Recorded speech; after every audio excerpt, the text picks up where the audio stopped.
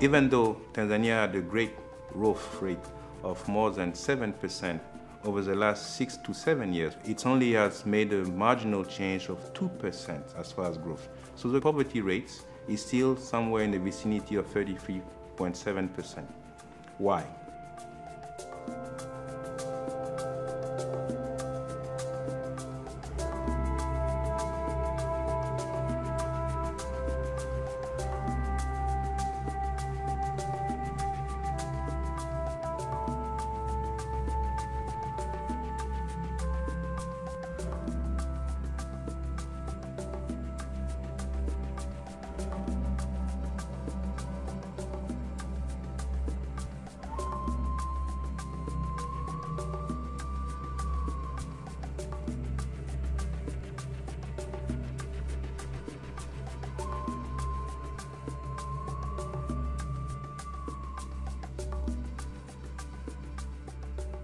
We felt, first of all, that this growth has not quite addressed the rural populations.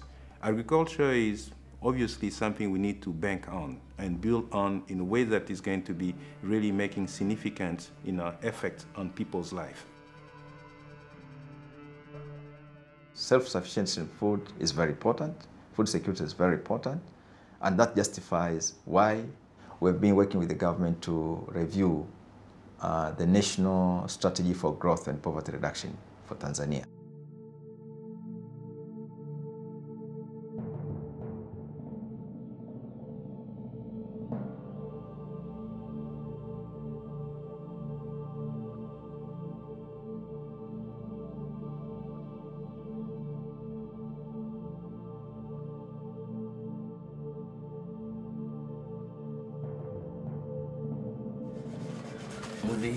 Jina? Naitwa Mudhihiri M. Said. Mudhihiri M. Said. Baadaye tutaenda kwa Glodila tukachukue pembejeo yako. Asante, asante. Habari mkulima. Salama kabisa.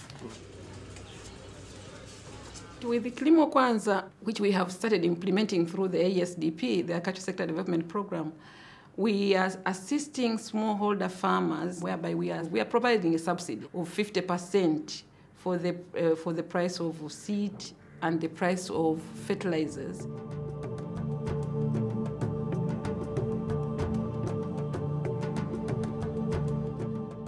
Vocha ilivyokuja ya serikali imesaidia sana katika kubadilisha maendeleo ya kilimo. Kwa hiyo kufika kwa mbolea hii ya vocha na kuitumia kwake, kwa hiyo tunaona mafanikio ndani ya shamba.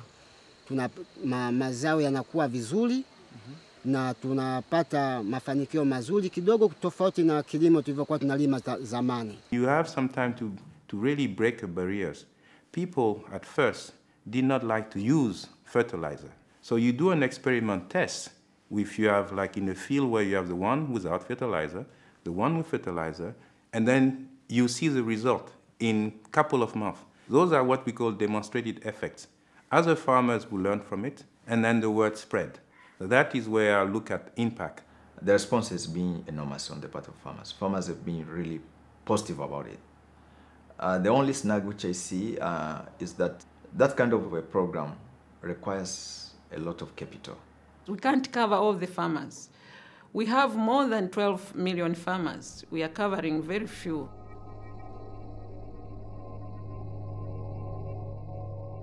Hatupati mbolea, hatuna mbolea. Kwa hiyo tukilima mwaka mmoja, mwaka pili, sehemu ile ile inakuwa hata mavuno hupati vizuri. This is something that can be scaled up if it's applied in every region. And by doing it, as we're targeting more than 70 to 75% of the population which is rural, you obviously will have an effect in a short amount of time. But you need to be sustained, and you need to have obviously the implication of a lot of stakeholders and actors. The hope for the future is for the farmers who have already get this chance of getting this voucher to be able to buy fertilizer on their own without waiting for the government to top up their money, so that they can manage to run every activities without depending on the government.